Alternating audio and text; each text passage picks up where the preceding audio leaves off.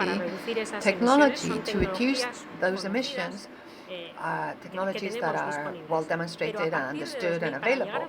But in order to reach those 2050 goals, half the emissions reduction will have to come from technologies that aren't yet developed. And we will have to accelerate the development and implementation of those technologies, which means an enormous R&D effort so that we can make it to 2050 with those technologies not just demonstrated but fully deployed. Decarbonization technologies, we should allow us to achieve excellence in energy efficiency, a decisive deployment of renewable energy generation, the use of hydrogen as a crucial energy vector, and the transition from a linear to a circular economy without forgetting all the carbon capture technologies. And this, at the speed and scale that is required, cannot be achieved without the support of the whole of society, since it will, in many ways, transform the way we live. When we talk about greenhouse gases, we're talking about the net quantity of CO2 reaching the atmosphere.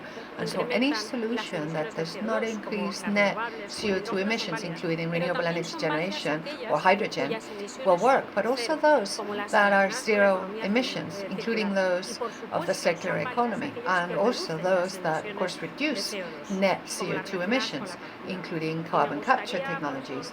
And Mariano Marzo, I'd like to start with these latter technologies. What do you think will be the role of CCUS technologies in that roadmap towards zero net emissions in 2050 and beyond 2050?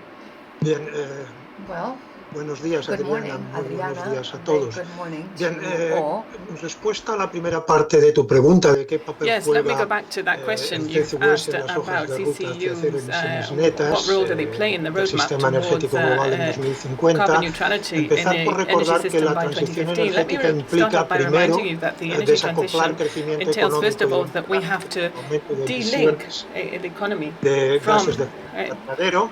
emissions Segundo, of greenhouse avanzar gases. Secondly, urgentemente we hacia una have to economía de baja urgently move intensidad towards energética, a es low decir, energy muy intensity economy. eficiente y de It baja has to intensidad be de carbono, highly es decir, efficient descarbonizada. and Y with tercero, low y levels aquí entro en of tu carbon. We have to pregunta, decarbonize the economy, basically. desplegar a And gran thirdly, and that's your escala las question, denominadas tecnologías de captura, almacenamiento y uso del carbono, también conocidas como CCUS por sus siglas en inglés.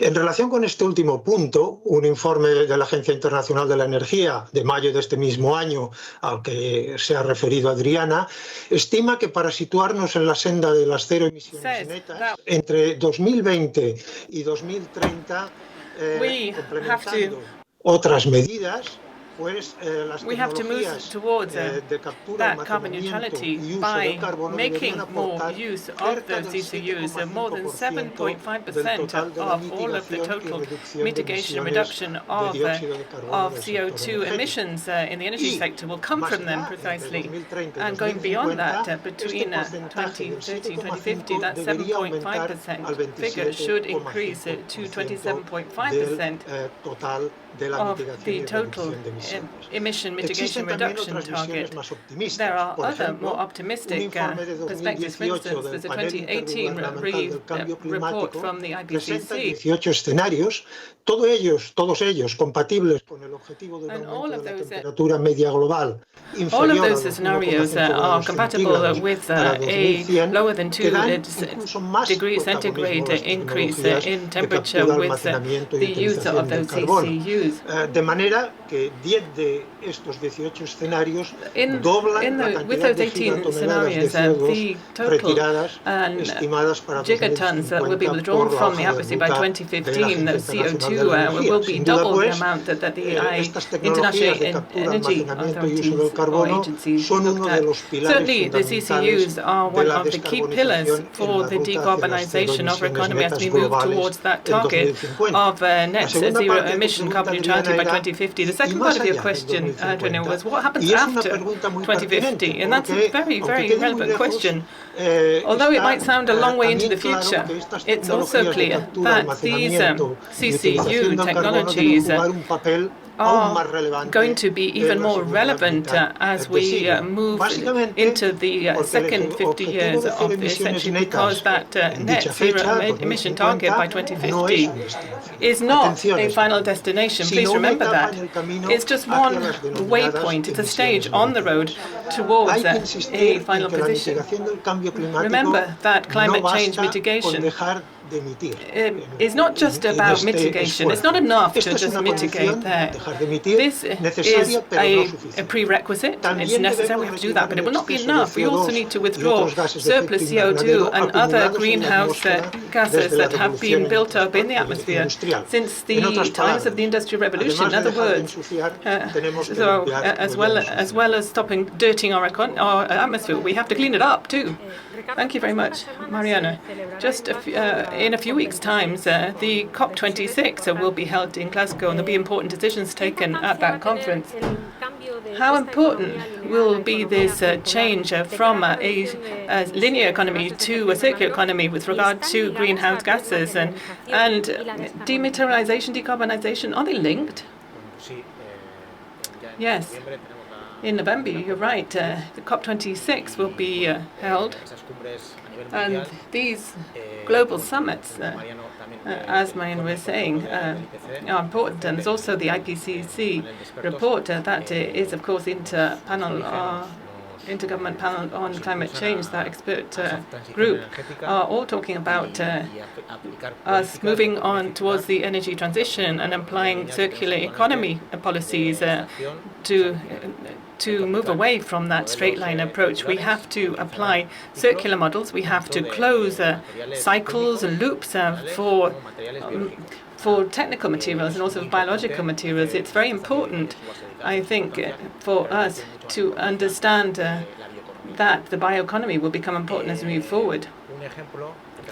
One example that I brought for you, and it makes sense in this context here, as Mariana was saying, the energy sector currently is guilty. Well, guilty. It's to blame for 2/3 of the polluting greenhouse gases worldwide. And if we look at industries, and we of course, in our circular economy conference, we're interested in that. It's 90%. So the energy sector has a huge responsibility here. But at the same time, this is one of the key to be able to resolve the problem that we're facing of climate change. And to do that, to reduce those emissions, of course, we will have to make sure that we use renewable energy as much as possible. And of course, green hydrogen is involved there, and make better use of energy, more efficient use. If we looked at design process and to double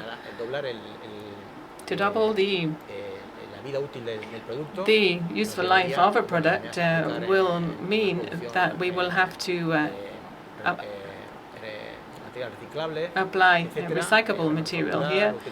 We will have to remanufacture and reuse, and of course that will mean that a lot of products will find that they can reduce up to a quarter, 25%, their environmental impact. So the message for you is that yes, we can achieve sustainable development, and at the same time, as we do that, we will be able to reduce greenhouse gases in the atmosphere, and of course, reduce the use of materials in products. As has been said today, technically we can de-link the economy from the use of energy materials and dematerialization. You asked about that. The introduction of the circular economy into a world, of course, that is perfectly compatible with the European Union's decarbonization targets for 2030 and for that 2050 carbon neutrality target. Thomas, one of the largest energy consumers is, of course, the transport industry. There's a lot being said about electrification as one of the options open to us, but hydrogen has really come to the fore the last few years. One of the challenges for the use of hydrogen as an energy vector, it's true, Adriana, batteries are heavy, and weight is the key to transport. And quite recently, in recent years, hydrogen has come up. It's not a natural fuel; it's a vector. First of all, you have to produce it, and the good thing about it is has triple the amount of energy per mass than traditional fuels. But it's a gas, isn't it? It's not dense. So first of all, you have to produce the hydrogen itself. the green hydrogen, the renewable energies have to be used for it, and then you have to store it, and you have to reduce its volume. And that volume reduction can be done by increasing the pressure or reducing the temperature, and you can even actually equate it to other chemical substances.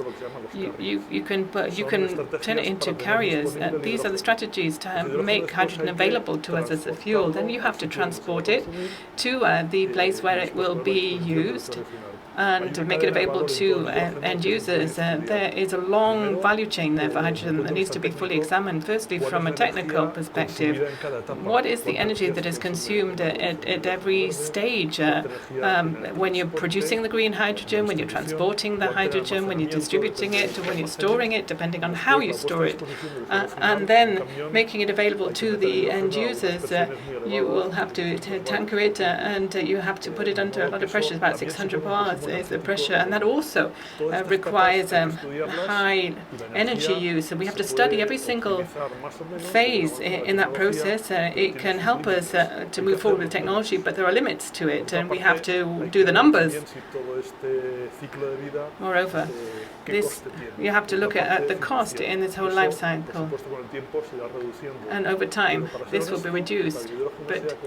But for hydrogen to really be competitive as an energy option, you have to be very clear about how much it costs to produce hydrogen, how much storing it costs in energy terms and also in financial terms. How much does it cost us to store it and then to transport it to the point where it's going to be used and making it available to users, and that those buses and vehicles then will actually use those fuel cells or fuel batteries or turbines to turn it into energy. This exists, but it needs to be promoted even more. So we have to examine the full cycle here for hydrogen, and study it from when it is produced to when it is used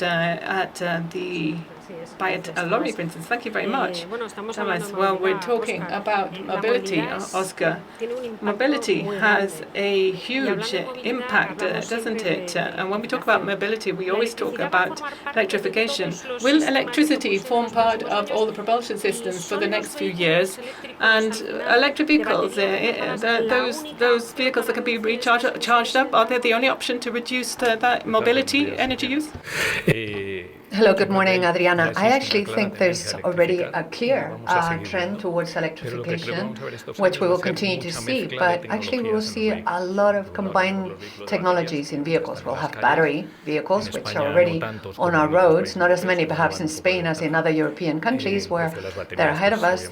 Price of batteries obviously is an obstacle to this. Price of electricity could also mean that some consumers might prefer to wait before buying an electric car. But clearly, vehicles with batteries short-term are the easiest option to reduce emissions. But in the slightly longer term, as Tomás was saying, we will have hydrogen vehicles, which will require a fuel cell, and that's a technology that needs to be developed. But actually, there's already a commercially available vehicle with a fuel cell, hydrogen cell.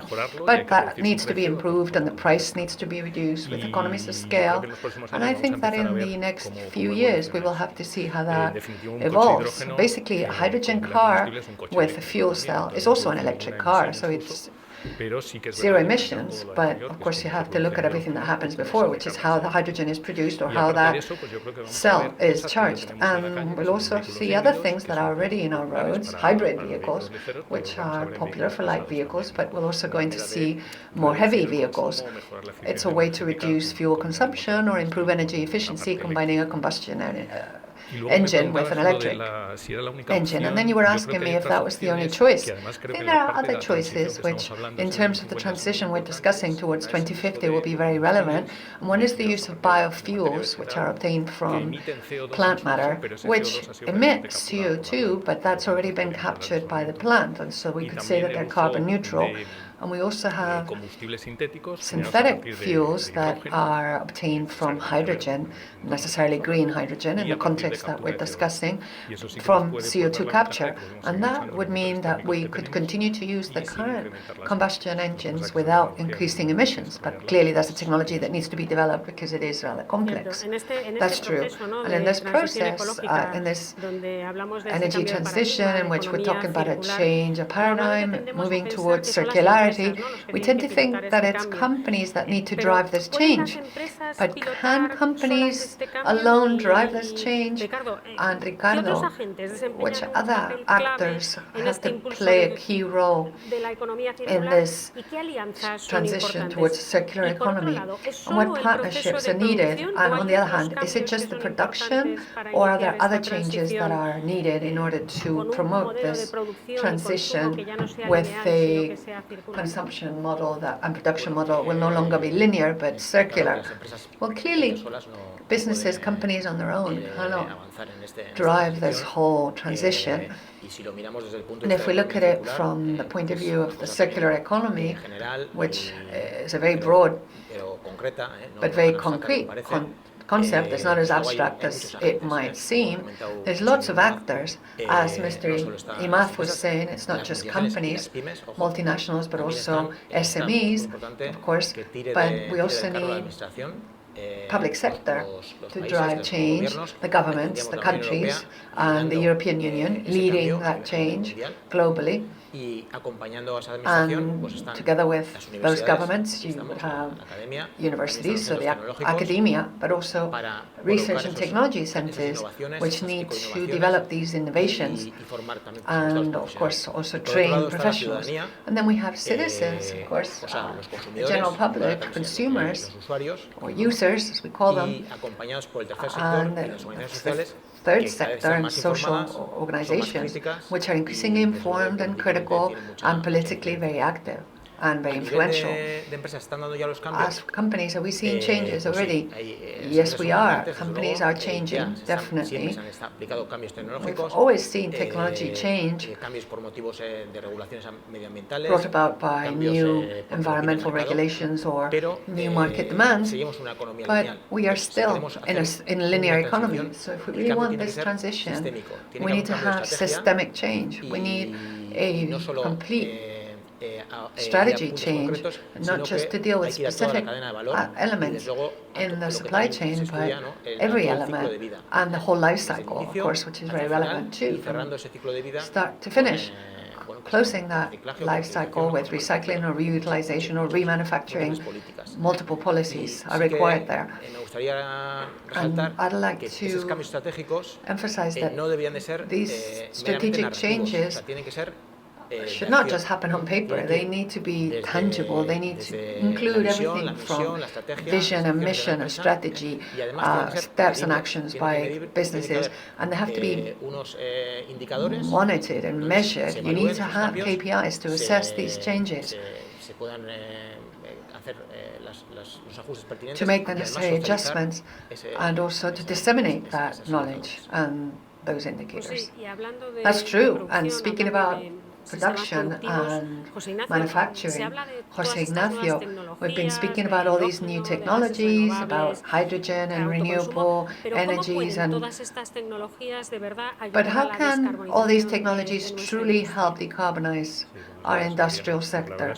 Well, good morning, Adriana. They can do that in many ways. For example, in the case of green hydrogen, clearly that can and should replace grey hydrogen, which is currently produced based on or from fossil fuels, which is the raw material of a lot of sectors.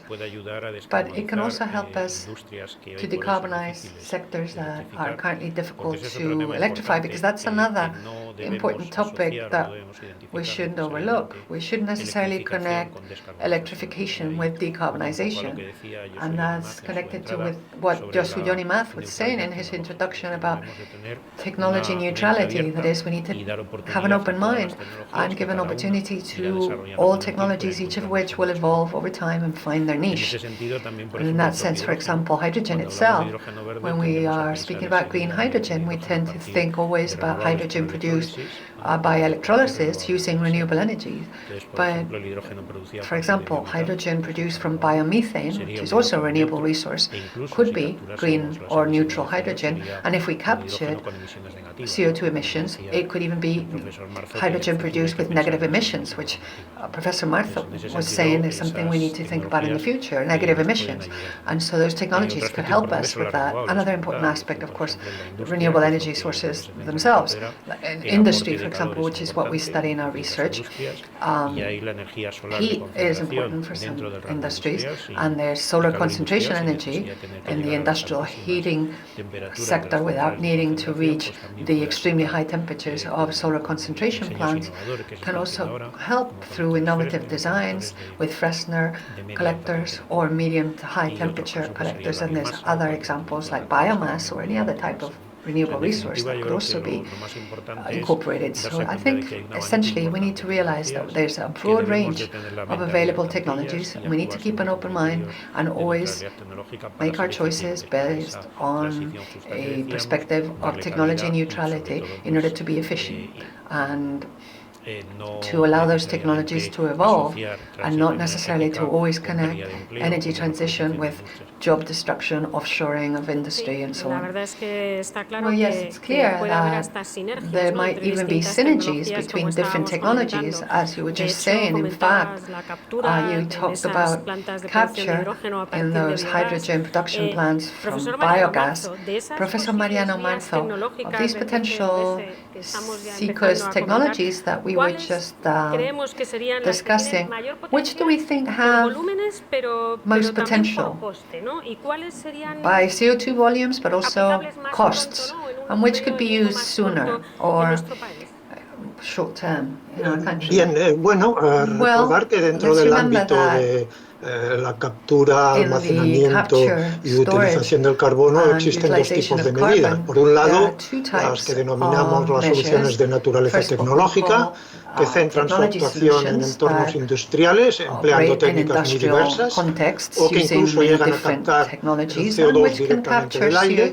Y por otro lado, las soluciones que denominamos basadas en la naturaleza, que persiguen la mitigación, el secuestro y el almacenamiento de carbono en entornos naturales, tales como masas forestales, tierras agrícolas y pastizales, así como humedales y masas de aguas. De estos entornos, las masas forestales son las que en principio tienen el mayor potencial de captura de carbono. Las soluciones tecnológicas necesitan por lo general de inversiones elevadas. A esto se añade el hecho de que algunas que tienen un mayor potencial de captura, como por ejemplo la captura de carbono directa del aire, pues todavía se encuentran en fase de desarrollo. En cambio, las soluciones basadas en la naturaleza presentan hoy por hoy un mayor potencial en disponibilidad y costo. Algunas estimaciones, por ejemplo, consideran que a escala global estas soluciones basadas en la naturaleza pueden aportar hasta el 2030, en el horizonte 2030, el 37% de la mitigación de emisiones necesario a escala global para situarnos en el camino de limitar el calentamiento global a 2 grados centígrados, que, como saben, es un objetivo que cada vez se tiende a revisar rebajándolo, ¿no? Hasta 1,5 grados. Además, si estas soluciones basadas en la naturaleza es cierto que tienen un coeficiente relativamente bajo en cuanto a su potencial de captación de CO2, las soluciones basadas en la naturaleza presentan un coste menor, a igualdad de toneladas de carbono secuestrado que el resto de otras medidas, especialmente de las tecnológicas. Por ello, en nuestro país, todo lo que acabo de indicar pues hace que las soluciones basadas en la naturaleza sea o configuren una destacada oportunidad para fortalecer la lucha contra el calentamiento global desde el nivel más local. Y esto es importante, porque son una oportunidad de creación de empleo y de desarrollo para la denominada España vaciada, incluyendo a colectivos vulnerables, en el camino de lo que se ha venido hablando hasta estos momentos de la transición justa. Además, estas soluciones basadas en la naturaleza cosa permiten ganar tiempo, mientras otras opciones tecnológicas de mayor coste y todavía en fases iniciales de desarrollo pues alcanzan una mayor madurez y se hacen más comerciales. Factor este último a los que puede ayudar en gran medida al futuro incremento de los precios de la tonelada de CO2 previsto en los mercados de emisiones y que, por cierto, estamos viviendo estos días como un factor importante en la subida pues, del precio de la electricidad.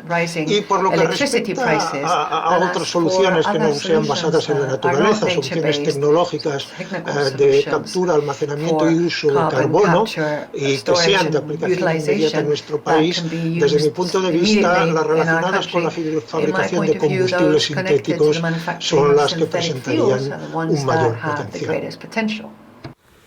Pues muchas gracias. Sí. Well, thank you very much. Yes.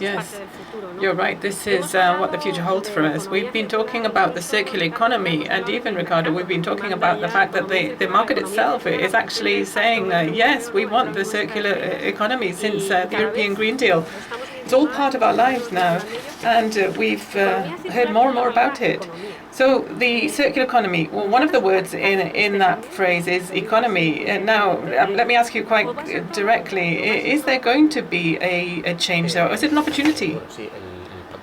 Yes, the Green Deal has certainly become part and parcel of our lives, and the industry is the beacon leading the way and shining the light on what's to happen. It's cascaded down from Europe to Spain, nationally, to the regions, to the local authorities, institutions, and yes, it does require changes, systemic changes and strategic changes to be made.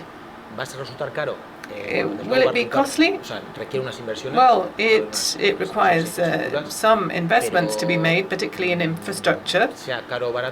But whether it will be costly or cheap, well, it doesn't matter because it'll be much more expensive if we don't make this change now.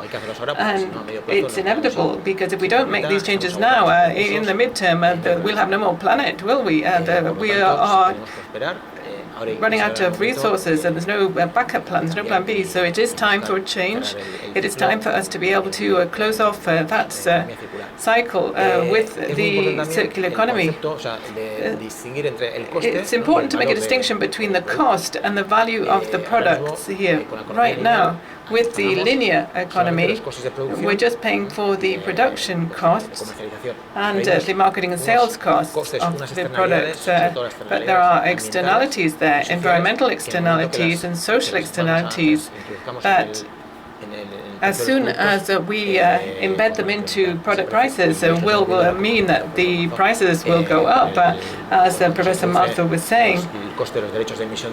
When we have, as we're seeing, with the cost of these emission allowances and how it's impacted the electricity prices all over Europe through gas.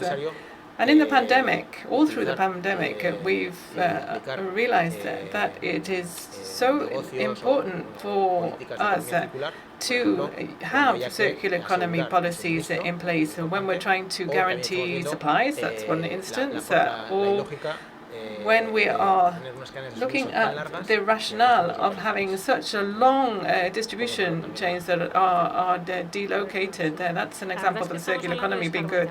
Yes, we're talking about decarbonization and the price of CO2. And Jose Ignacio, the industry has been working for years on energy efficiency, trying to decarbonize itself. It's been a long track record. Is there any more leeway to move forward and do more? Yes, there is still leeway. Yes, you're right, there's a long tradition there. Some industries have done more than others, but they have been working on this for a long time now, but there are still opportunities out there. For instance, cogeneration. This is an industry tradition to take advantage of the surplus from energy, but there's also the tail distribution. There's also organic methods now to recoup heat that isn't of a value for the industry, but it can be turned into electricity. One example could be industrial heat pumps. They have been developed for a long time now, and we can take advantage of heat, perhaps a lower thermal value, but there is a value there that can be unlocked for the industry, for preheating, or for perhaps air conditioning or climate control in offices, or even for the outside world. So perhaps the local area around the industry itself could take advantage of this. So this is a broader idea of the circular economy, isn't it? Other opportunities, technological options, as you said before, the introduction of renewables, such as CSP, solar power for heating for industry, and what else? Digitalization, which is much more current, isn't it? Digitalization of production lines. In the seminars we've held at our university chair, one company said it had been able to save on cost by reducing consumption, basically. And of course, all of this has a knock-on effect, a positive effect on decarbonization. And then the circular economy, in the conventional sense of the word, that's recycling of materials, waste, for instance, inside the industry to be used in other products, or perhaps for other industries, the construction industries, or even new materials. We were talking about before the bioeconomy was mentioned before, biomaterials. So plant fibers instead of synthetic fibers is one example that is being used by some automotive component manufacturers now. So we have to really rely on technology. We do as much as we can in different fronts, but I think one of the big things we have to do is to trust technology. There are opportunities there. Research needs to keep on, and we have opportunities, yes. Yes, quite obviously. We do have technologies that are interlinked, that are forming symbiotic relationships in the industry. There are big opportunities for us. We were talking about hydrogen before, Thomas. We were talking about the fact that it's not actually a source of energy. You said it was an energy vector, didn't you? And you were even talking about the colors of hydrogen, weren't you? So where are we today? I know we've made some progress, but right now, where do we stand today with regard to the technology for hydrogen production? At least a couple of points here. I think hydrogen as an energy is something that is just a baby. It is being done, but it has a promising future ahead, a bright future, but we have to do things properly. We're thinking about something that doesn't actually exist today. In fact, just a few years back, we didn't believe that we could ever have those there's EV charging stations nationwide. I know there aren't many of them, but we are starting to roll them out. And this is a similar case for hydrogen. We will have to have those hydrogen charging stations some point in the future. There are very few experimental facilities out there now to be able to supply buses. Distribution isn't even needed there. The production is done on the spot there. It's stored there on the spot, and then it is supplied. But if you're going to put hydrogen into a lorry, a truck, or a bus, you have to compress it. And the cost of compressors, and you're talking about up to what, 600 bars in pressure. It's not negligible as a cost. And it actually consumes energy, uses energy itself, and so it's not just like going to a petrol pump and just pressing down on the handle to fill it up. You actually need energy to be able to compress down and reduce the volume of hydrogen to be able to supply it. So what will these hydrogen charging or supply stations look like? I mean, how much energy will they use? And then how much will it cost to use green hydrogen with electrolyzers? You're using the water molecule and hydrogen and water, but we've got the technology. You need energy, but the machinery, the equipment is very small at the moment, so the production is small scale at the moment. There are projects out there that are looking at using a lot of energy, such as with current thermal plants. It's a dream at the moment. So equipment has to be fully designed for hydrogen. So between production and supply to users, what have we got in the middle? You've got distribution. And when distribution isn't necessary because you're actually producing on the spot, and that's where you're supplying, and you don't have pipeline. But if you do have a supply network, you have to think about that. How you can actually supply with the truckers. with the compressed hydrogen, and you have to actually bring it down to minus 240 degrees. You have to compress it and you cool it. But it's possible we could actually take these tanks of hydrogen to the supply points, and in the future, maybe some sort of continuous distribution network for hydrogen, similar to what happens with natural gas. In fact, there's even an idea to make some minor changes to the natural gas network to use them for hydrogen. There's a different reaction to metal. The pipeline would have to be slightly modified, but it could be done. We could have that network if we are to replace natural gas or anything by hydrogen. So we have that network that exists, and it would work if we were to use it to actually distribute nationwide hydrogen. Yes, it's quite clear that we have to make sure we get from one end to the other at the lowest possible cost. But there is an impact out there for the ecosystem. Also, Ignacio, we were talking about the circular economy and optimizing resource industries. We were talking about synergies between industries. But what about synergies between industries and the local environment there?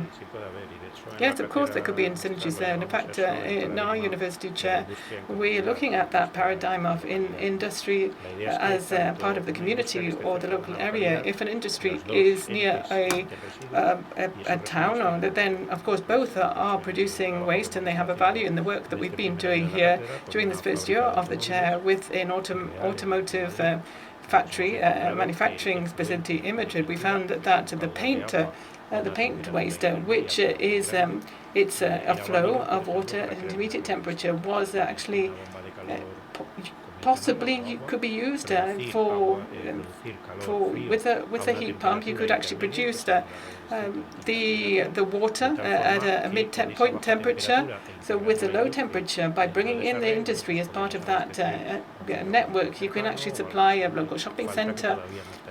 We still need that, of course, network, because we don't have that at a district level there, but the technology is available, and we've the numbers, financial numbers worked out. So we'd be taking advantage of industrial waste, using it in the local community, but the opposite could work too.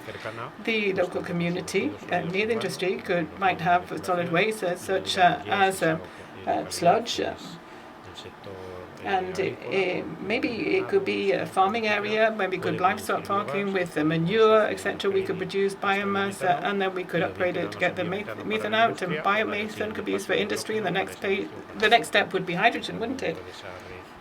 And that would also be then injected into this distribution network that Tomas was talking about.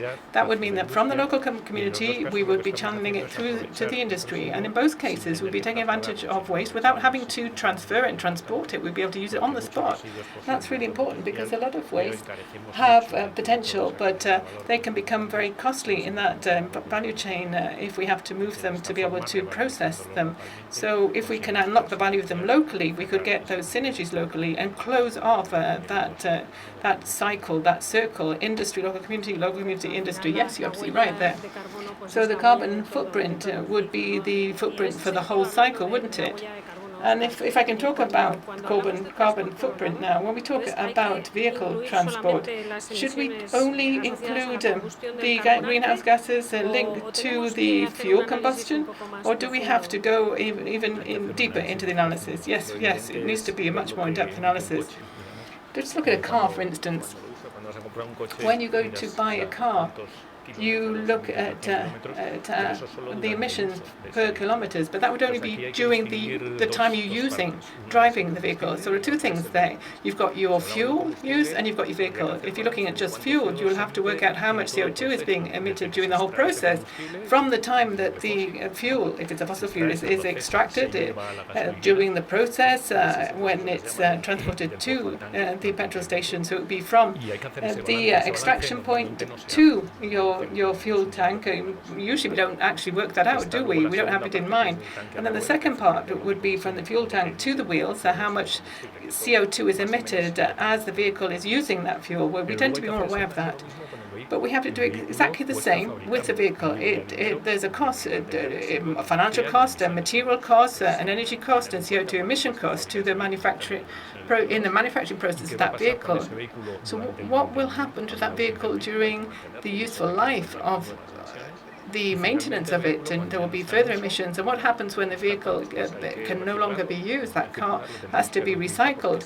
And we have to look at what could be made use of, the recycling of the parts. So you have to look at the energy source and the fuel. They're two different parts.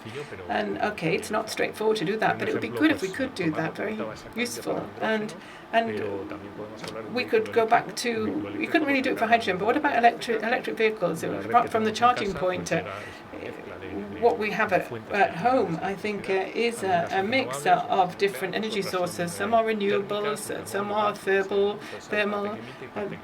There are some that are generating emissions and others are not, and of course it changes from day to day and from country to country, so it's a tricky analysis to do. But going to the electric vehicles, again, you've got your battery that's made of minerals, you have to extract the minerals, it has to be manufactured. So to do that whole calculation is not easy. And it's not just about how then you work out how many kilos are emitted. That's absolutely right. Marzo, decíamos antes el CCUS, ¿no? Professor Mariano Marzo, earlier we were saying that CCUS technologies, in some contexts, they say that that's mere greenwashing by countries, industries, or sectors that want to continue their activities without truly reducing emissions. What do you think about that? What's the scientific reasoning behind the need for CCUS to fight global warming? That's a very interesting point, Adriana, and very Ciertamente current. puede ser que en algún caso It exista could be that in greenwashing, some cases there pero en might otros be an element of esta afirmación, greenwashing, desde mi punto but de in vista, others, in most acostumbra others, ocultar un the statement desconocimiento, merely reflects o que es peor, un ignorance, olvido or what's malintencionado, worse, interesado de las bases científicas de las causas del cambio climático y de la complejidad de las actuaciones que son necesarias para su mitigación. Y voy a ilustrar esto que he dicho con un ejemplo. En 2020, como consecuencia de la pandemia, las emisiones globales anuales de CO2 equivalente, cayeron en un 7% respecto a las de 2019. Y eso ha sido noticia de primera plana, digamos, en muchos diarios. Pero lo que no se ha dicho es que, sin embargo, durante el mismo periodo, 2019-2020, la concentración de CO2, de equivalente de CO2 en la atmósfera, aumentó de 409,9 ppm a 412,4 ppm, partes por millón. Es decir, que a pesar de la reducción de emisiones, el flujo de CO2 hacia la atmósfera a partir de las diversas fuentes emisoras, uso de combustibles fósiles, cambios de uso del suelo, etc., superó el flujo de CO2 retirado de la atmósfera por los sumideros naturales, es decir, la actividad de la biosfera y los océanos principalmente. Para entender bien este desequilibrio, esta paradoja que parece que hemos reducido cuando en realidad estamos incrementando lo que se almacena en la atmósfera, conviene hacer un poco de historia. Con anterioridad a la revolución industrial, el ciclo del carbono en el sistema Tierra presentaba un equilibrio dinámico entre fuentes, emisoras y sumideros. Pero a partir de la revolución industrial, el inicio de lo que los geólogos denominamos el antropoceno, los geólogos y muchos más estudiosos y académicos en estos momentos, a partir de este momento las emisiones procedentes del consumo de hidrocarburos empiezan a perturbar el ciclo del carbono desequilibrado.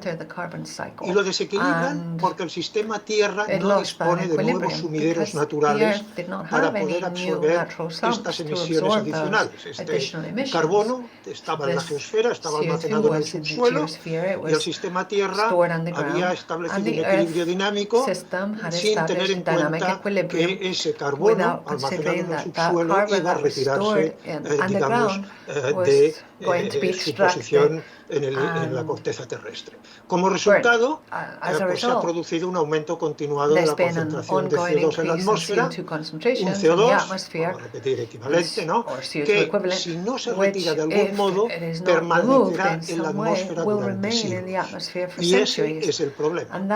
Frente a esta realidad, la pregunta es, ¿qué podemos hacer?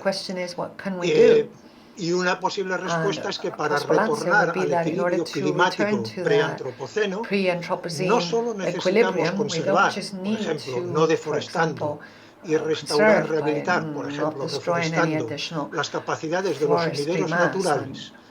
Además, también necesitamos de algo particularmente importante, desarrollar nuevos sumideros antropogénicos. Y esto es lo que las tecnologías de captura, almacenamiento y uso del carbono pueden aportar. Sin ellas, sin estos nuevos sumideros antropogénicos, no seremos capaces de restablecer el equilibrio climático que teníamos con anterioridad al uso masivo de los hidrocarburos fósiles, que por cierto son la base de nuestro modelo, digamos, de desarrollo y civilizatorio. Y que tampoco podemos olvidar, por otra parte, que en estos momentos estos combustibles fósiles representan el 81% de toda la energía primaria que consume el mundo. Pues sí, Ricardo. Ricardo, we've been talking about the circular economy in universities, for more than 20 years now. In engineering, basic engineering, I think that's the reality. I've heard about it for a long time now, but the reality is that if we're talking about circular economy, we're discussing that here today, all of us, aren't we? Then there are many more sectors that are involved. Do you think that we should broaden out this training base, not just to engineering, but to other stakeholders, other groups that might be able to help us out and find solutions for those circular economy technologies? Not just the academic world, but maybe bring in society too. Yes, I think we do need to try and inform and educate people much more, because the circular economy isn't just about analyzing the life cycle or undertaking academic or serious research. First of all, of course, we need to look at the impact of paper bags or plastic bags. So that's always the first step. And then we moved on to fabric bags. And what should we do? With the bags? Where we're using? This is there are a lot of changes going on there, so it's fine to have the academic contribution, but we need to make that something that the whole of society is involved in. And I think people need to be ready for major changes. We really don't know where will we be with these big technological changes in 2050, but there will also be social changes, and people have to be ready for those changes, because the circular economy isn't only about recycling, about unlocking the value of energy. It's about business model changes. It's about sharing. It's about manufacturing. It's about reutilization of materials. So we shouldn't just stay in this perhaps niche area, the little part of it. Let's broaden out to everything, and that will bring in businesses and society. And of course, it's a change that affects us all. Well, thank you very much. I'd like to thank all of the speakers in this panel session. I think it was just so interesting, because we have run through the 5 pillars, haven't we, that are integrated energy efficiency, renewables, and how they can help us and help us to manufacture hydrogen, how they can help us with mobility and decarbonization, how the circular economy is embedded there in the whole process in a society, and how CCUs can be absolutely essential. They'll be crucial as technology for us to achieve that major challenge. But I'd perhaps like to just repeat that last point that was made about training and education and engagement and involvement of society in all of these changes. That will help us to accelerate and scale up something that's already ambitious. Thank you to all of you, and we'll continue working on this as we move forward.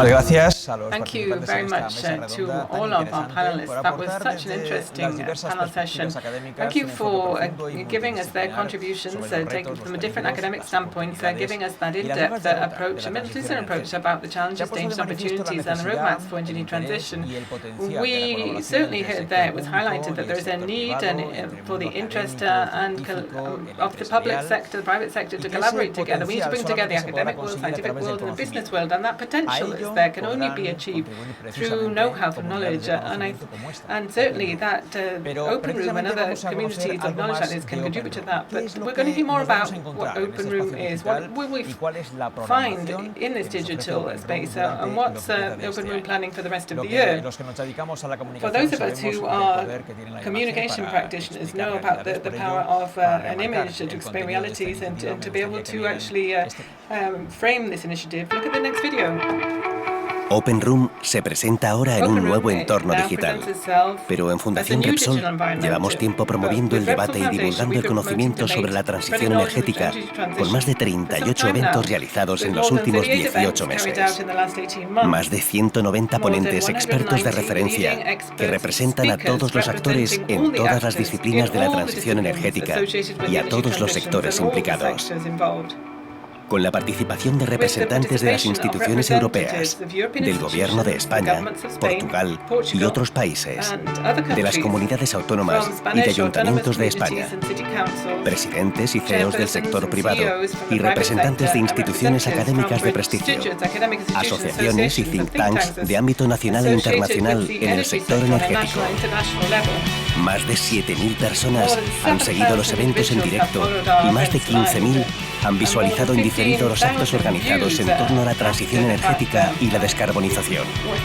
Porque en Open Room se abordan las temáticas clave para alcanzar los objetivos climáticos y todos los aspectos de la transición energética.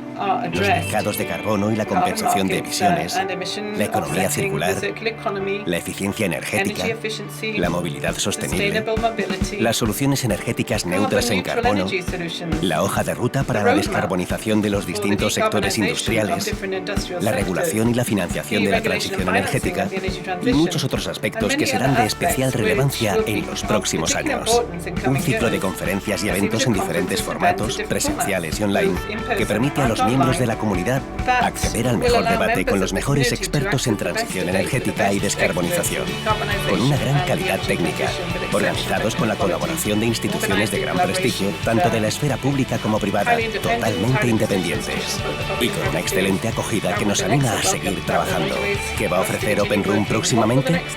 Los miembros de Open Room serán invitados a todos los actos, conferencias y seminarios que tendrán lugar en los próximos meses, con acceso a las jornadas en las que se abordará la movilidad sostenible desde distintos puntos de vista, como el de la producción de las fuentes de energía, de los vehículos y del cambio social que conlleva la transformación urbana. Analizaremos la movilidad conectada, es decir, la conectividad con las infraestructuras y entre los distintos medios de transporte y entre los propios vehículos. Y también la movilidad económicamente viable, donde hablaremos de la colaboración público-privada, los fondos Next Generation de la Unión Europea y la fiscalidad asociada. Además, conoceremos las últimas tecnologías del control de emisiones de vehículos, los nuevos combustibles para una movilidad urbana sostenible y las posibilidades del hidrógeno, favoreciendo así un debate tecnológico neutral. A través del segundo ciclo de economía circular, centrado en la gestión de residuos, trataremos su valorización económica y energética, pasando desde las soluciones tecnológicas hasta las experiencias internacionales más punteras en este campo. No dejaremos de hablar del vehículo eléctrico y de los retos asociados a la necesidad de alcanzar una cuota de mercado del 40% para lograr los objetivos de emisiones requeridos por nuestro marco regulatorio. Hablaremos, por tanto, del despliegue de la infraestructura necesaria de recarga y de la renovación del parque móvil. El hidrógeno, como vector energético de futuro, tendrá un lugar destacado en la programación de Open Room, desde el ámbito económico y energético de la producción hasta la distribución y puesta a disposición del consumidor industrial o particular. Tendremos la posibilidad de escuchar a distintos stakeholders e investigadores que evaluarán las distintas estrategias para lograr una transición energética basada en el refuerzo de las capacidades industriales industriales y tecnológicas, en la competitividad y en el empleo. Todo ello para alcanzar la neutralidad climática en 2050, en un momento de recuperación económica tras la pandemia. Conoceremos la experiencia de empresas de ámbito nacional e internacional en su camino a la descarbonización. Un proceso que implicará cambios, pero también oportunidades en los próximos años. En Open Room tendrán su espacio las energías renovables, por lo que trataremos la generación renovable eólica, fotovoltaica, hidráulica, la evolución del modelo eléctrico, el papel del consumidor y de la generación distribuida, las comunidades energéticas y las tecnologías asociadas. Open Room será un foro para seguir hablando de regulación en torno a la energía, la movilidad y las infraestructuras, así como de los retos que plantea y de las oportunidades. Debatiendo y analizando la regulación necesaria para asegurar la competitividad de la economía europea, como los mecanismos de ajuste al carbono en frontera. Brindaremos la oportunidad de profundizar en el papel de los mercados voluntarios de carbono en la neutralidad climática y en el potencial de las soluciones basadas en la naturaleza, en especial la reforestación, para alcanzar los objetivos de cero emisiones netas. Open Room también seguirá promoviendo el debate local en torno a la transición energética y la descarbonización. El nuevo instrumento de recuperación Next Generation de la Unión Europea permitirá a España movilizar un volumen de inversión sin precedentes. Gran parte de estos fondos serán gestionados por las comunidades autónomas. Por tanto, su rol como impulsor y acelerador de grandes proyectos tractores ligados a la transición energética será vital para el crecimiento económico, la generación de empleo y la consecución de los objetivos climáticos.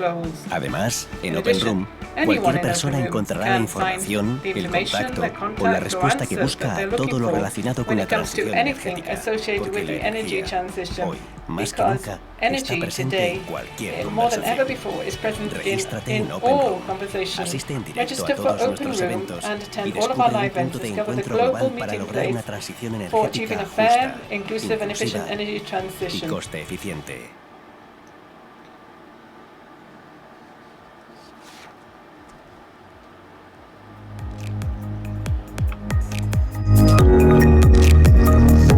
Pues en este espíritu que promueve Open Room sobre cómo enfocar la transición energética desde una perspectiva multidisciplinar, les voy a presentar a Gabriel Walker. Es experta global en cambio climático y sostenibilidad, fundadora y directora de Balance Solutions. Ha trabajado como asesora de diversos organismos internacionales, gobiernos, de empresas en todo el mundo de diferentes sectores. Ha ejercido también como editora sobre cambio climático en las prestigiosas revistas Nature y además ha publicado numerosos artículos en The Economist, Prospect, so many different articles in The Economist, Prospect, The Wall Street Journal, New York Times. She's also the author of 4 books, including a bestseller titulado The Hot Topic, The Hot sobre Topic cómo is the evitar title el of that bestseller, about how to calentamiento global avoid sin global dejar de warming mantener without muy importante having las to luces switch our encendidas. lives Les voy a dejar ya lights con off. Gabriel Walker. So here we have Gabriel Walker.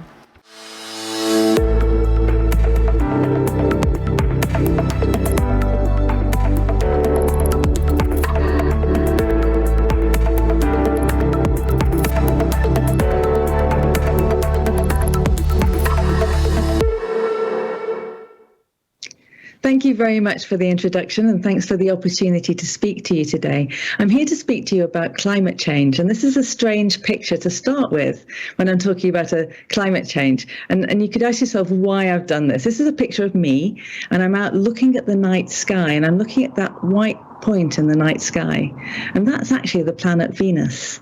And I wanted to start with talking a little bit about the planet Earth and the planet Venus and the differences between them. So let's go. This is the planet Earth, my favorite planet. It's where we all live, and it's actually wonderfully comfortable. It's about 20 degrees C on the surface.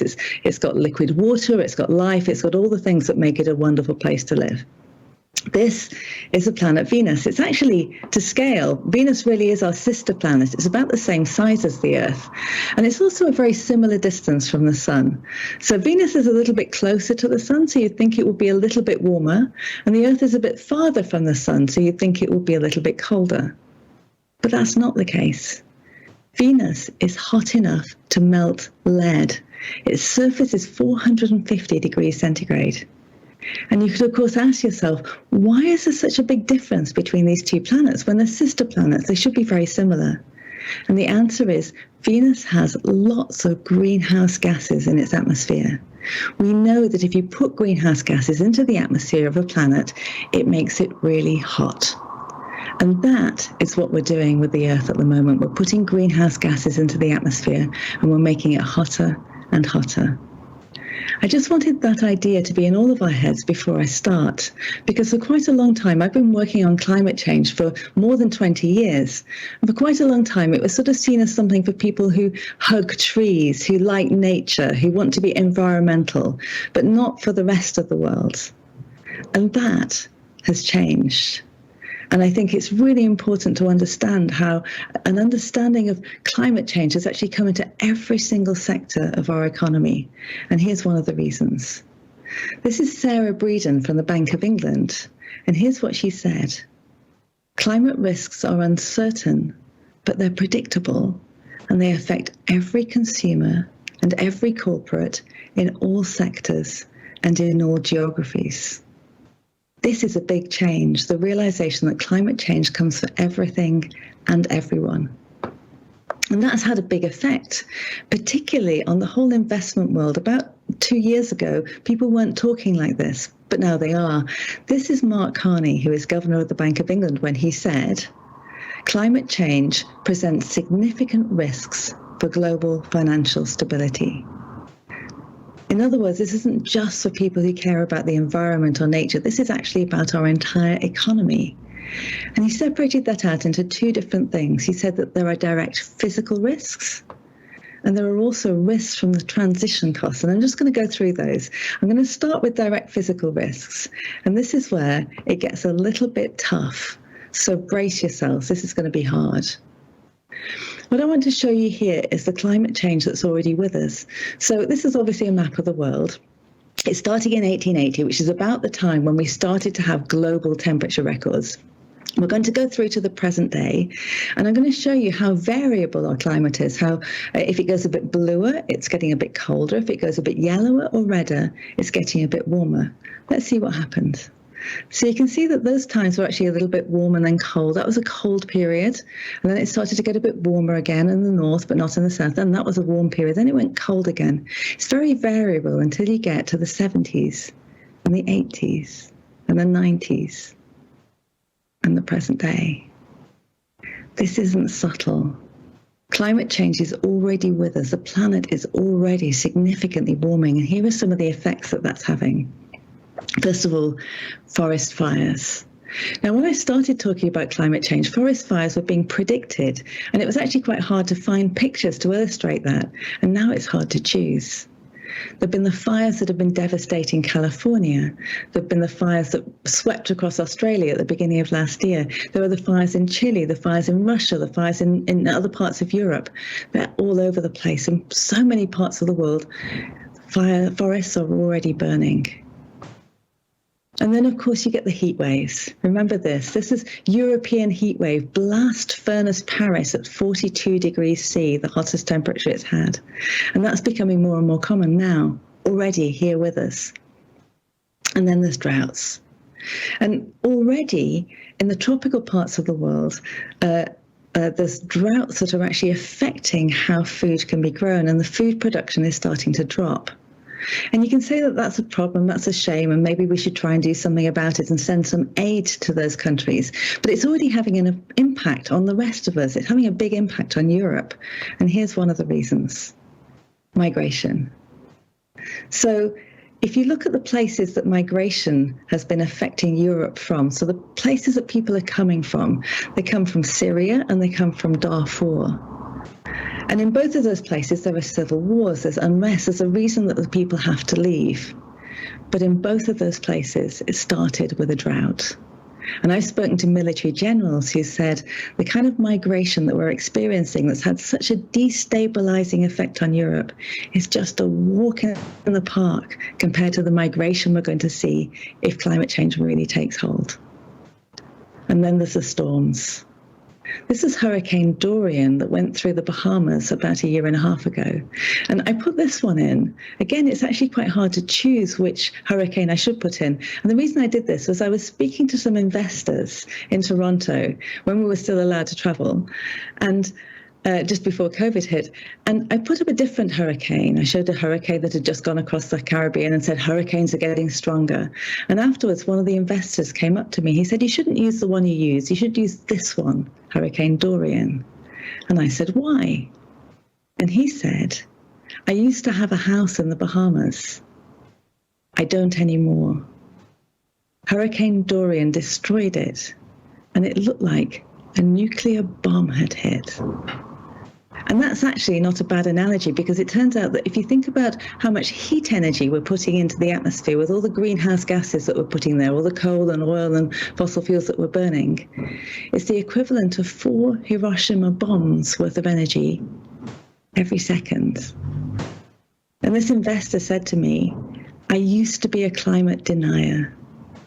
I'm not anymore. I've seen the effects already. Now, you can say, well, we've had lots of big storms in the past, and you always get bad storms, and that's a shame, but, that's not necessarily to do with climate change. So look at this.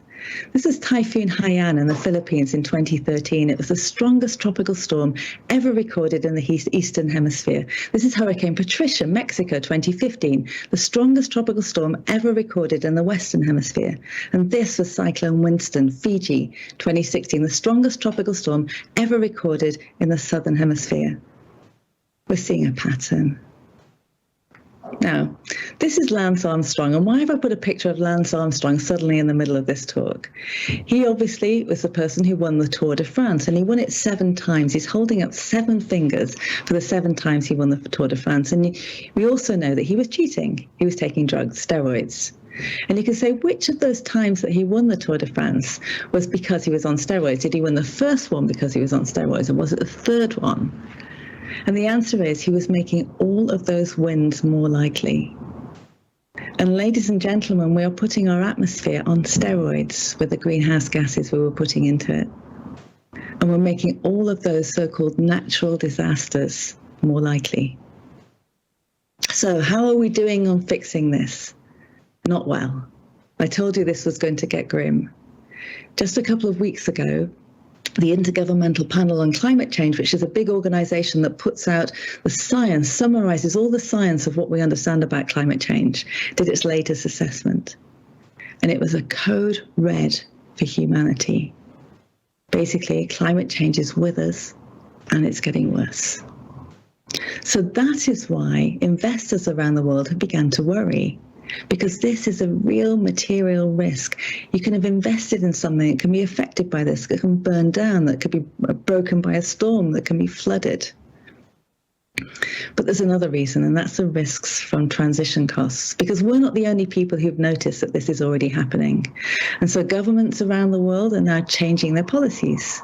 And that means that some things that used to be a good business aren't a good business anymore. And one of the most obvious ones is coal.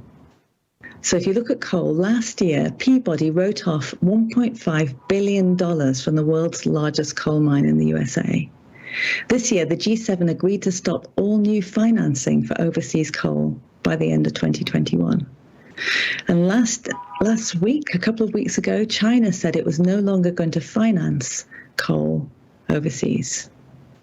So a lot of investors are thinking about, well, are we putting our money into something that isn't still going to be there? And that's a very powerful force, and it's a very heartening force, because where the money goes, everything else follows. So this is Larry Fink. He's the CEO of BlackRock, which is the world's biggest asset manager, running the money for the rest of the world. And here's what he said in January 2020. He said, climate change has become a defining factor in companies' long-term prospects. Look at this. I believe we're on the edge of a fundamental reshaping of finance, not just doing a little bit around the edges, but a fundamental reshaping. But he said that in January 2020, and then COVID hit. And I and everybody else wondered if COVID was going to mean that we stopped thinking about climate change. And actually, the opposite happened. And this is what Larry Fink wrote in his letter, January this year. He said, in March, the conventional wisdom was the crisis would divert attention from climate, but just the opposite took place. And the reallocation of capital accelerated even faster than I anticipated. But why? The pandemic has reminded us how the biggest crises, whether medical or environmental, all of them depend on a global and ambitious response. And that is what we're doing now. I've talked about some of the risks, and this has been very alarming, but now there's lots of opportunities for how we can fix this, and they're all starting to happen. So in a few weeks' time, the UN Climate Change Conference is happening in Glasgow. I will be speaking at it. And governments around the world are going to get together to say, are we doing more? What are our commitments to try and solve climate change? There's a lot of people that are worried. Will it be enough? It probably won't be enough, but it will be something. But one thing I want to say is that even whatever happens out of Glasgow, whatever happens this year, the momentum's already there. It's already happening. And here's some of the evidence. This thing, net zero. About 2 years ago, nobody was talking about net zero, and now everybody's talking about it. Net zero is, can we get to a place where anything that goes into the atmosphere comes back out again? We have net zero by 2050. And if we can do that, we can actually stick to our climate goals.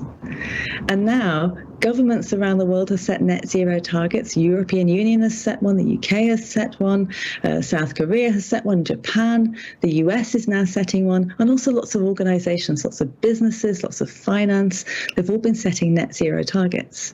And 2 years ago, nobody was talking about it, and now, if you don't have a net zero target, you're not at the table.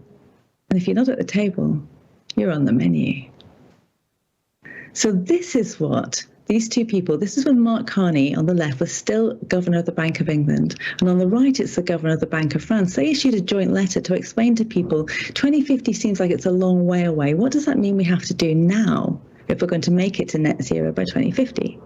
They said carbon emissions have to decline by 45% in the next decade in order to reach net zero by 2050.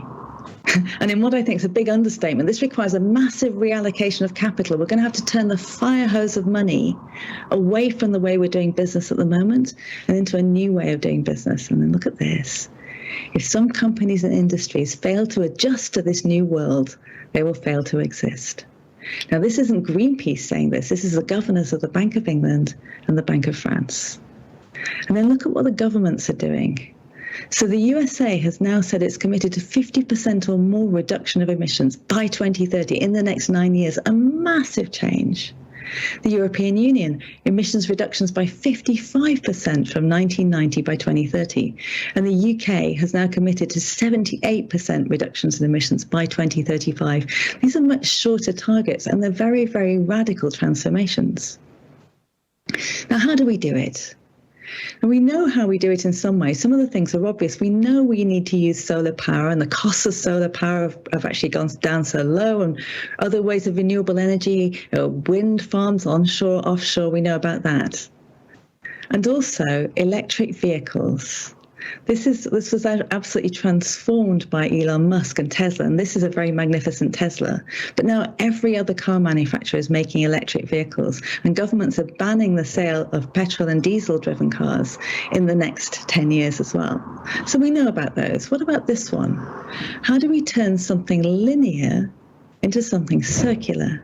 The circular economy, starting from the beginning and thinking, when we're designing everything that we use, we want to make sure that we can keep on using it. And when it gets to the end of its life, we can take apart what's in it and we can carry on using that, thinking circular instead of thinking linear. So that's focused attention not just on how we use products, like how we use electricity, how we drive cars, but what goes into them, what actually goes into them before we even see the cars. And that is part of a very big new gap that's been identified and is being focused on right now. This is called Mission Possible. It was an organization called the Energy Transitions Commission, and they wrote a report, a very influential one, talking about what they call the hard-to-abate sectors, sectors that are hardest to solve. Heavy transport, heating, chemicals, cement, aluminium, steel, shipping. It's what goes into the products we use and not just how we use them. They calculated that it's very possible to get to net zero in all of those sectors, and that it's not very expensive. We can do it. So what does that look like? Well, I love this one, first of all. This is called the Getting to Zero Coalition. It's about shipping. We don't stop to think about how many of the emissions that we're causing come because the things that we buy are actually being shipped around the world before we see them. So this is a coalition that's looking at how to get zero emission ships on the high seas by 2030, in the next 9 years. It's incredibly ambitious, but they're on it and they're doing it. And what about the embedded materials? We don't really think about this. We think about how we use a car, but we don't think about the steel that goes into making it. And now, companies like Mercedes and Volkswagen and Volvo are starting to think about the steel that goes into their cars and finding ways to make it so that it doesn't actually cause emissions. Similarly, cement. Cement is actually responsible for 8% of global emissions, and yet we don't really think about it. We don't think about what happens when you put cement into buildings. And so there are ways to change that. This is an amazing development. It's in Norway. It's called Positive Houses, and these are houses and office buildings that are being built that they can generate so much renewable energy during their lifespan that they don't just go neutral. It's not just that they generate all the energy they use. They actually go negative, and they can compensate for the emissions in the materials that they were built from. And I think this is fascinating because it's not some fancy eco place for eco tourists or for activists. This is a normal office building, and this is what the future is going to look like. We're also going to have to use new technologies. And hydrogen is something that a lot of people are talking about at the moment. The wonderful thing about hydrogen is you can burn it, you can get energy from it, you can use it for heating, you can use it for transport. But when you burn it, all you get is pure water. And so that's going to be an important technology. This is another one, and it's not much talked about, and it needs to be talked about more. And this is carbon capture and storage. So this is a scheme where you can actually capture the carbon that comes out of chimneys, that comes out of factories. You capture it, you put it on a ship, you take it off to the North Sea, and you bury it underground in some of the places that the oil and gas used to come from. I love the poetry of this, that you're actually almost reversing the valve. You're taking the CO2 and you're putting it back where it came from. But that's not going to be enough. The last technology that I want to mention is capturing carbon dioxide out of the air, because we haven't moved fast enough. It's not enough now to stop the problem getting worse. We have to take carbon dioxide back out of the air and bury it. We have to fix this. We have to clean up our own mess.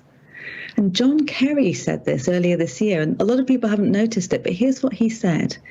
Even if we get to net zero, we still need to get carbon dioxide out of the atmosphere. This is a bigger challenge than a lot of people have grabbed onto. So Microsoft has noticed this, and a lot of other companies have as well. Microsoft has said that they're going to be carbon negative by 2030. By 2050, they said they will remove all of their historical emissions out of the air. And they've put a $1 billion climate innovation fund to figure out how to do it. Now, taking carbon dioxide back out of the air is really quite hard, but there's already ways to approach it. One brilliant way to do it is by trees. I still find it amazing, but every single tree that you can see, its entire body was made out of carbon that came from the air. They're fantastic carbon capture machines. But there is a problem with trees. You have to plant them in the right place, in the right way, because otherwise they can burn. And if a tree burns, the carbon just goes straight back into the air. But there are other things you can do with it. You can take the tree, you can chop it down, you can turn it into wood, and you can make buildings from it, modern buildings, skyscrapers. And that's fantastic for several reasons. One reason is that, if you look at the building, the carbon stays in the wood. It also displaces, you're not using cement anymore, so you're not causing all those emissions by cement. And my favorite reason, the buildings look gorgeous. So there are other ways that you can do it too. This is a thing called direct air capture. So what you basically do is you take fans and you just blow lots of air very, very rapidly over chemicals that capture the CO2. And then you bury it. And you bury it the same place that you can bury the other stuff, back underground, back where the oil and gas came from. Again, reversing that valve and cleaning up our own mess. And it's a bit futuristic. At the moment, there aren't many places doing this, but there's one that's actually started already here in Europe. This started in Iceland. It's called Orca. It was switched on just last month, and it's capturing its first CO2 from the air, and it's burying it underground in the rocks deep below Iceland. So, last year, I had the immense privilege of walking the Santiago de Compostela route across Spain. It was fantastic. And I learned a few things from it. And one of them was, you have to have a target. I started off and I saw this 790 kilometers and knew I was going to have to walk the whole way, but I knew I had a target to get to Santiago. The second thing I learned is that you have to have steps along the way. You can't just look at 790 kilometers or you panic. So you have to have milestones. And that's what we've got now with climate. We've got the final target of net zero by 2050. And we've also got milestones along the way, what we have to do in the next 5 years, the next 10 years, the next 15 years, the technologies that we know about and the ones that we don't. And the third thing is you have to have help. I did make it all the way to the coast. I walked in the end 900 kilometers. And all the way, along the way, I had other people helping me. And I was helping other people too. And we have to remember that we are all in this together. In other words, we need you. Everybody who is involved in this has a part to play. It could be a part to play in your business. You could be an investor. You could be changing the strategy of how you make your products. You could be thinking about how to make them circular. You could be thinking about how to use renewable energy. You could be thinking about the materials that are embedded in what you make. It might be your home. It might be your schools. It might be your pension fund. All of us have power to change this that we don't actually know about. And all of them can make a difference. So that's my call to arms to all of you here. We know we have this problem and we know what to do about it. And that takes me back to Iceland. A couple of years ago, I was speaking about climate change to some investors in Iceland, and I wasn't very far away from this magnificent glacier. It's called Ok Glacier. And in 1986, this is what it looked like. And in 2019, this is what it looked like. It had gone. And the Icelandic government decided that they were going to hold a funeral for this glacier. They climbed over the rubble that it had left behind, and they left a plaque where the glacier had been. And I'm going to finish by showing you what the plaque said, because it's a letter to the future. Here's what it said. It's a letter to the future. Ok is the first Icelandic glacier to lose its status as a glacier. In the next 200 years, all our glaciers are expected to follow the same path. This monument is to acknowledge that we know what is happening and what needs to be done. Only you know if we did it. August 2019, 450 parts per million of CO2. We do know what's happening, and we do know what needs to be done. And the only way we're going to do this is if we all do it together. Thanks very much.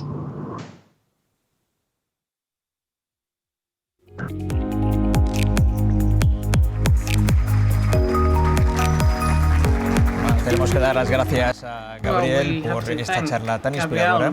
Como ha mencionado, no es suficiente con preocuparse por los terribles efectos del cambio climático. Es imprescindible también dar una respuesta global que pasa por la fijación de objetivos net zero como parte de la actuación general de todos los países, de las empresas y de los inversores. Vamos ahora a dar paso al último bloque de este encuentro en el que voy a tener la oportunidad de hacer algunas preguntas a Antonio Brufau, el presidente de Repsol, referente del mundo de la energía en España. Su amplia experiencia en el ámbito empresarial, sus conocimientos del sector le han permitido liderar en la última década el proceso de transformación de la compañía. La vinculación de Antonio Brufau con Repsol se inició en 1996, año en el que se incorporó al Consejo de Administración. Siguió siendo consejero de la compañía hasta su nombramiento como presidente en octubre de 2004 y Antonio Brufau es también presidente de la Fundación Repsol. Come up stage, yeah, on stage.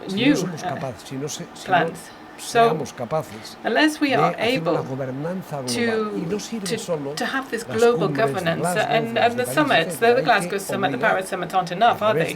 We have to make sure there are some binding decisions there through this government structure so that all regions, with their different levels of development and the necessary help that will have to be given to them, so that Western society can really truly undertake this transformation. Otherwise, I think on a global level, on a planet level, it would be hard to hit that target. I'm not talking about a national level or regional level, but this is planet. Of course, we do have that agreement in the West about the necessity and the urgency of finding the solutions for this problem. But what about in Repsol? I mean, how do you look at that target set by Europe for that roadmap between now and 2050? Primero, nosotros somos los primeros en definir esto y en estar de acuerdo en esta hoja de ruta. We, of course, right there in the front line, we're absolutely part and parcel of the decision on that roadmap to get to 2050 to be net zero emitters. What I'm worried about in Europe, this is a personal concern, of course, it's that Europe is to blame for 8% of all of the world's emissions, but with clear leadership policies. When you want to be a leader, it's not enough, is it? I think everyone else has to accept that you're the leader, and I wonder whether Europe's leadership has been seen and recognized in the same way from Africa, from Asia, from China perspective. So Europe itself will, of course, do the work it has set out for itself. But I'm a little worried that will not be enough. I'm afraid it won't. And here in Repsol, as an industrial company, well, recently we've seen the Green Deal and the Fit for 55, which essentially extends out the decarbonization target from 40 to 50% by 2030, compared to 1990. That's the baseline, of course. That's for Europe. Other countries have defined other targets. So the question then today is, we're in 2021 today. We don't have any EU directives that can actually help us to move forward to that target in 2050 and to jump from 40 to 50% in terms of reduction. That's so important. There are all sorts of consequences, the industrial consequences, social consequences, consequences for businesses and for consumers too. And so you might say, okay, there are 8 years to go to hit that target, and I feel I'm responsible for hitting that target. And what can I do? What do we have there? The roadmap there, the directives that the independent Fit for 55 are not there yet. They're still being developed. So we can't progress without them. We need medium and long-term roadmaps, and not only these specific waypoints. It's hard to hit this target. We're seeing that here. If you look at the kilowatt price of electricity today, and I'm tremendously concerned about these issues, and I'm even more concerned when these achievement targets for this challenge that we're agreeing on don't go hand in hand, not yet anyway today, with European industry protection. I'm talking about the border tax that has to neutralize the CO2 from those countries that are not following the same rules as Europe follows. Well, that should be there in place to protect European products and to avoid the delocalization of companies. At the same time, it should help those companies that are following very rigorous, strict rules with regard to CO2, etc., to make sure they can still be competitive outside of Europe. That's something that's still under discussion today, but we'll have to work with that as of tomorrow. So how can we in the European industry maintain our global competitive position? I'm not talking about national and regional in Europe, but global. If we don't have clear ground rules there for us to follow. Let me make a statement to you and see if you agree with this. It seems that ecological transition is simply about energy and about an accelerated transition from the current model, otherwise a radical transition from a carbon-dependent economy to a totally decarbonized economy. Is that feasible? Do you agree with this? Do you agree with the target? Can it be done easily, or is it going to be very tricky to achieve this? Well, the word transition The word transition se pega muy fuerte con la palabra radical. Doesn't quite fit with the word radical. Transition means to move slowly from one stage to another. It's not radical. It has to be an orderly transition process. It can't be disruptive as a breakthrough or break from a previous model to a new one. But Gabrielle said this in her talk very clearly. We all have to do our bit, don't we? We have to, as citizens, as individuals, every day when we actually switch on our PC or pick up the phone or we eat or drive around, we're all emitting CO2 one way or another. Therefore, what I think we have to do is bring together emission and production parameters on the supply side with the demand side. The demand side has to be just as responsible. That's why it's up to all of us. And the supply side, industrial supply, those of us who have in our DNA that need to produce products but also to be sustainable, well, let's see what we can do there. But citizens also have to do their bit. Okay, so you've got the economic financial issue also. Are we actually paying enough attention to the cost efficiency duality there as we move towards a decarbonized economy?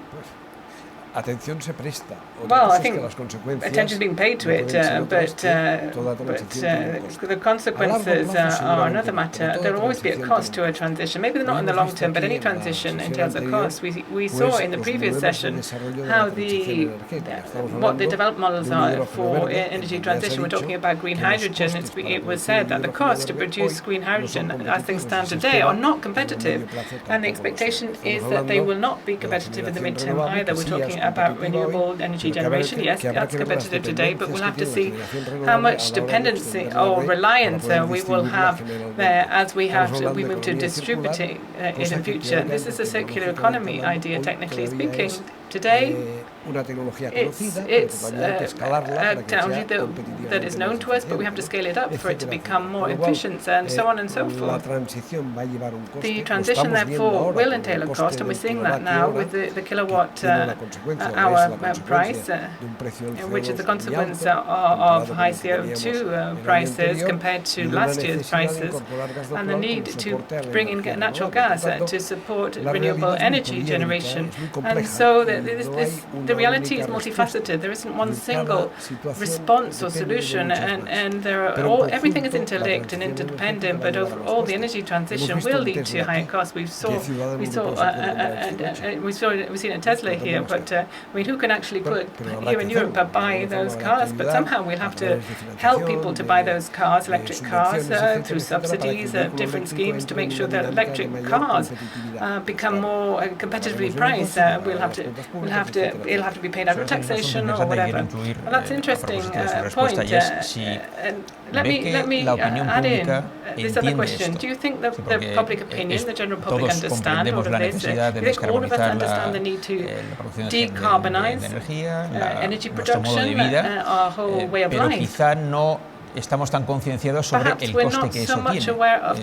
¿Hace falta o que se genere un mayor debate precisamente sobre ese binomio coste-eficacia?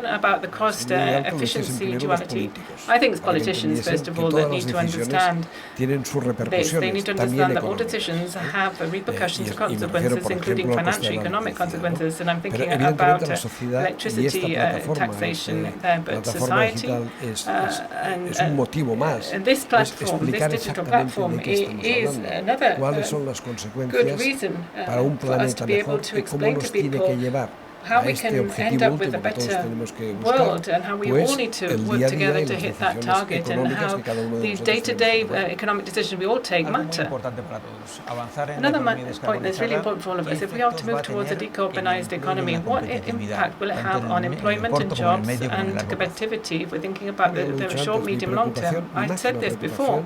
My biggest concern is to protect the competitiveness of businesses, and Joshua John Imas Thomas said that early on, if we don't bear in mind the fact that this is a global market and we're playing in a global playing field and the rules have to be the same for everybody, if we don't do anything there, European companies may lose their competitive edge, and the trend might be to delocate, to go off to other countries where environmental ground rules might not be quite as stringent. So my greatest concern is the delocalization of quality employment, because if you don't have industry, you don't have those quality jobs.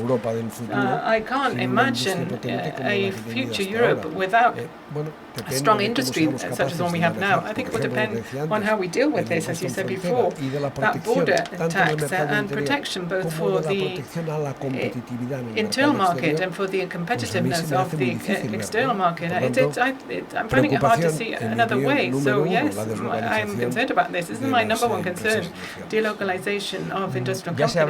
Se ha citado el encarecimiento de la energía, lo que todos conocemos como la factura de la luz en estos días. Este fenómeno de incremento de precios puede afectar negativamente al proceso de descarbonización, puede provocar un frenazo en este intento de alcanzar los objetivos de 2050. Claro que I think we should be absolutely about the fact that this transition entails a cost. And we'll have to share the cost. Consumers will have to pay for it, businesses will have to pay for it, and also governments. If we first and foremost understand that there will be a cost attached to this, and we accept that, then the transition will be unstoppable. Here in this company, Repsol, even though it's going to be hard for us to hit that target of carbon neutrality by 2015 to be net zero, we know there will be more opportunities, maybe more cost in short term and medium term different way. Well, I think consumers look at their electricity bill at the end of the month and think, what solution is there? What's going to happen next month? But look at this case here of the kilowatt hour price and CO2. Why has electricity gone up in price? Because of the cost of CO2 and because of the marginal pricing formation system where natural gas is an important component. So let me share a couple of thoughts with you about the reason why this is expensive. CO2, first of all, Europe has decided that it has to move forward more towards decarbonization, and one way to do that is to make CO2 costly, to put a high price on it. That means that otherwise we have to pay for the CO2 allowances. That means we have to, if we don't want to pay for the allowances, we have to invest to reduce CO2 emissions. That's fine, but when there's this signal that CO2 prices will go up and the allowances disappear, then the speculators jump in because they know that there's a product that will go up in value. So there are acquisitions there of the emission allowances out there. They have nothing to do with it. They're just people taking up positions there, hedging on the fact that the price will go up in the future. And so this is a flaw in the process. It's a system that is being perverted somehow. What Europe has to do, as soon as the energy price goes up, it has to try and bring back into the system a signal that CO2 isn't always going to go up. It might actually fall, and so that the end consumer will not be paying such high prices. Second point, my second thought I would share with you is natural gas. What's happening with natural gas? Well, with the fossil fuel approach that's being taken, what are companies doing like ours? They're not investing in fossil fuels as before. They are now replacing them, or they are actually looking for new deposits, new reserves. So que cada vez va a ser menor en relación a la demanda que hoy todavía es muy necesaria. ¿Qué pasa con el precio del gas natural? La consecuencia directa o indirecta es que el precio del kilovatio sube, porque el precio del kilovatio se forma por su sistema de presión. Uno de los elementos de los que se ha hablado aquí esta mañana ha sido el de la tecnología aplicada a esto de lo que estamos hablando, la descarbonización. ¿Qué papel va a jugar? ¿Qué papel juega, de hecho, ya la tecnología en este proceso teniendo en cuenta que hay sectores de los que se habla que son poco electrificables o difícilmente electrificables. ¿Qué función va a poder jugar la tecnología? Teniendo en cuenta que aquí se ha hablado antes de tecnologías que todavía no conocemos, que vamos a tener disponibles en los próximos años. Para mí la tecnología va a ser crítica para solucionar este tema. Hoy conocemos tecnologías que nos van a ayudar a andar este camino, como decíamos antes, y se ha explicado. Parte de estas tecnologías todavía no son maduras, tienen que todavía escalarlas para que sean competitivas, Pero hay tecnologías que no conocemos. Nosotros mismos, Repsol, hemos definido en nuestra hoja de ruta que al año 2040 habremos reducido el 50% de las emisiones. Al año 2040, pero queremos reducir el 100% en el año 2050. Sabemos cuál es el camino, pero nos falta tecnología todavía. Pero la tecnología llegará, como el COVID, cuando se descubre el COVID, la vacuna contra el COVID, ¿por qué se descubre? Porque hay una necesidad y los tecnólogos se ponen a trabajar y la ciencia siempre responde. Pues aquí pasa exactamente igual, la ciencia responderá. Yo estoy convencido que lo que hemos visto en Islandia, estas máquinas de captar el CO2 de la atmósfera, lo vamos a conseguir y de una forma eficiente. Por lo tanto, la tecnología va a jugar un papel enormemente importante. Si me permites una reflexión, a veces los políticos tienden a predeterminar las tecnologías y por esto la palabra neutralidad tecnológica es tan importante. Es decir, y pongo un caso. Si queremos reducir las emisiones, hay una tecnología que ya es muy madura, que es el motor de combustión interna, que de alguna forma tiene enorme capacidad de mejorar su eficiencia. Un coche que hace 10 años consumía 10 litros cada 100 kilómetros, hoy consume 5 y seguramente dentro de 5 años podría consumir 2 o 3. Nosotros estamos investigando los combustibles sintéticos y estamos ya en fase de escalabilidad. ¿Qué significa esto? Pues producir combustibles que no emitan CO2. Igual en el tubo de escape sí, pero en toda la vida no. Claro, si se prohíbe el motor de combustión interna, es decir, se apuesta porque una tecnología no sea válida a partir del año 2035, toda la investigación que se puede estar haciendo sobre una tecnología conocida, madura y con mucha capacidad de progreso, desaparece. Entonces esto es lo que de alguna forma los políticos seguramente deberían reflexionar. También el papel que deben desempeñar los diferentes agentes del sector energético, el sector financiero, el regulador. ¿Cuál es la reflexión sobre las disrupciones tecnológicas que se necesitan y para que lleguen también cuanto antes? ¿Qué elementos se tienen que mover en este ámbito? Las disrupciones no se conocen porque por esto son disrupciones. Disruption is something we're not familiar with. It's a no, isn't it? That's why it's disruptive. But there is an absolute need to reducir las emisiones de gases de efecto invernadero o eliminar las que están, como ha dicho Mariano Marzón, en la atmósfera. Esta es una necesidad.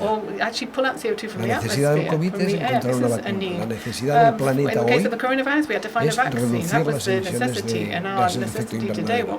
La tecnología disruptiva llegará, estoy convencido. Pero como es disruptiva, no sé cuándo va a ser.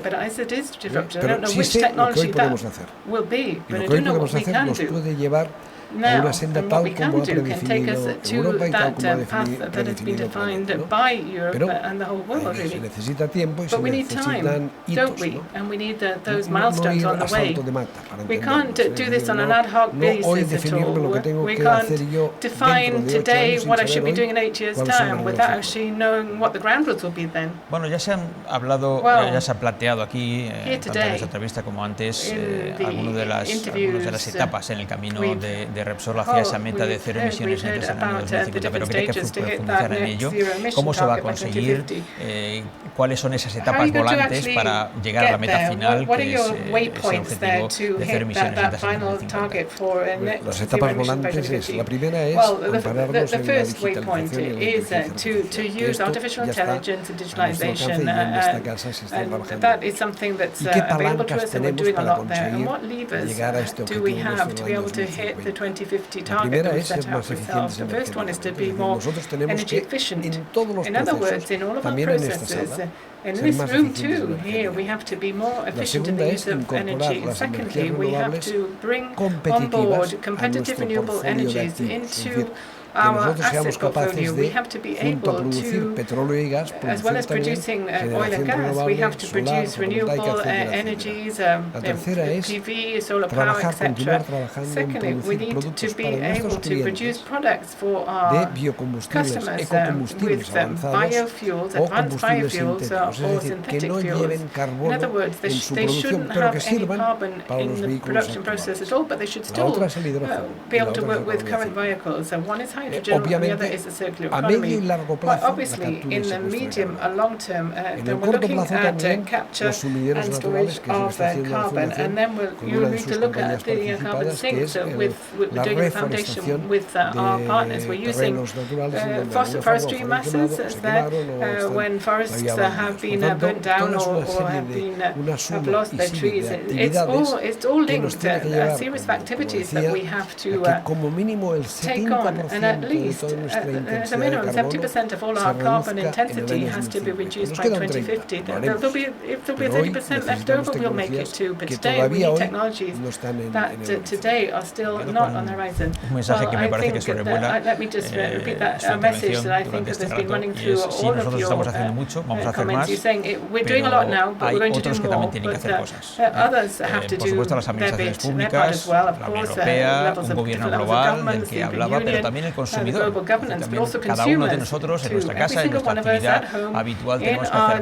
day-to-day activities have to do more. Do you think that the mindset is the right one now, or do you think the general public is thinking about other things? Well, this is my own personal opinion for you. I haven't checked it out with anybody else. Well, that's why we're talking to you personally. But I think if you asked Spaniards if they're prepared to pay to reduce emissions today, I think maybe people who are younger would answer yes, but they would probably qualify what it means to pay. But I think as you talk to older and older generations, that concept of that idea of cost in the endeavors to reduce emissions, it's something they can't understand. Maybe we haven't explained enough to them. Yes, I think yes. That could be the point, and that's why we have this digital community now. But obviously, to think that this transition will not include costs, that's wrong. There have to be fair costs, well-distributed costs, but there will be costs attached to this process, because we've seen that through this morning's session. We have these technologies that will work, but they're not competitive today. They'll have to become competitive, but they're not competitive today. So if we're going to talk about hydrogen to be able to reach those areas for consumers or the heat-intensive industries or shipping, for instance, we know what happens with hydrogen today. We're producing hydrogen. One of the biggest producers is about €1.5 per kilogram of hydrogen produced. Green hydrogen in its production today with a kilowatt price of 30-35 euros per megawatt hour, not 100 something, would cost us about 3.5 or 4 euros. For instance, the hydrogen producing today with the conventional economy with natural gas is costing us €1.5 per kilo. With renewable energies and with electrolysis, for instance, it will cost 3 to 4 euros to produce that green hydrogen, and then you have to compress it, and then you have to transport it, and then you have to store it again, etc., etc. So it's quite obvious that if we do want to solve this, we're going to have to pay more. Obvious, but we have to be prepared to pay more. At the right time, at the time when technology has been scaled up sufficiently to be able to ensure that these sectors will be viable, and otherwise they will just disappear and they will go elsewhere. We haven't much time left, but I did want to finish off talking about Open Room, the reason why we're here together. How did the idea come up, and what is the point, the purpose of this digital community on transition, energy transition? I think all of you have explained this very well during this morning. We're talking about digital, about being digital, and if you're digital, you can actually reach so many more people. That's the first thing. And the second thing is that we are concerned about society understanding, you said this before, the complexity of the transition process and the need to hit those targets that have been set by Europe or the world through the different COP summits. So aplicar el conocimiento a los temas de debate que hoy están encima de la mesa. Yo, cada vez que voy a cenar con amigos, etcétera, aparece el tema de la energía. Y no creo que sea porque soy yo, sino porque de alguna forma el tema de la energía está en la vida de todo el mundo. Ya no solo en un precio del kilovatio, eso es ahí el hidrógeno que es. Y esto de la economía circular, ¿en qué me impacta a mí en mi economía, en mi empresa? Pues a mí me parece que poner una voz independiente, aquí no se trata de la hoja de ruta de Repsol. Esto que quiero que quede muy claro. Repsol aquí es simplemente un facilitador de una sala para discutir temas. Y nos encanta y nos complace ayudar a financiar los estudios y la investigación necesarias para poner el debate encima de la mesa. Pero es un debate independiente. Es un debate independiente que creo que va a tocar todos los temas que pueden interesar a la sociedad. ¿Para qué? Para que todos seamos más conscientes de la importancia y de los retos y costes que tiene esta transición y la necesidad de cometerlo. Transition, how we have to go ahead with it. Thank you very much, Antonio. Es relevante este mensaje que trasciende de la charla que hemos mantenido, que en la transición energética se acompasen bien los tiempos, ya que los tiempos de la transición llevan asociados también unos costes. Terminamos ya. Gracias a todos por asistir hoy al lanzamiento de Open Room. Es un objetivo complejo, ciertamente, redefinir el modelo energético para cumplir con los objetivos de descarbonización y hacerlo viable de forma rápida, de forma eficiente y tratando de mantener la competitividad de Europa y el empleo, importantísimo. Pero precisamente por ser un objetivo complejo requiere de un análisis profundo, riguroso, plural. Open Room crea un marco en el que hacer posible ese debate entre los agentes relevantes para una interacción y un intercambio de opiniones que sume. La transición energética es uno de los grandes retos de nuestro presente y de nuestro futuro. Por eso, iniciativas como Open Room son tan necesarias. Muchas gracias a la Fundación Repsol. Gracias también a todos los que están contribuyendo a hacerlo posible.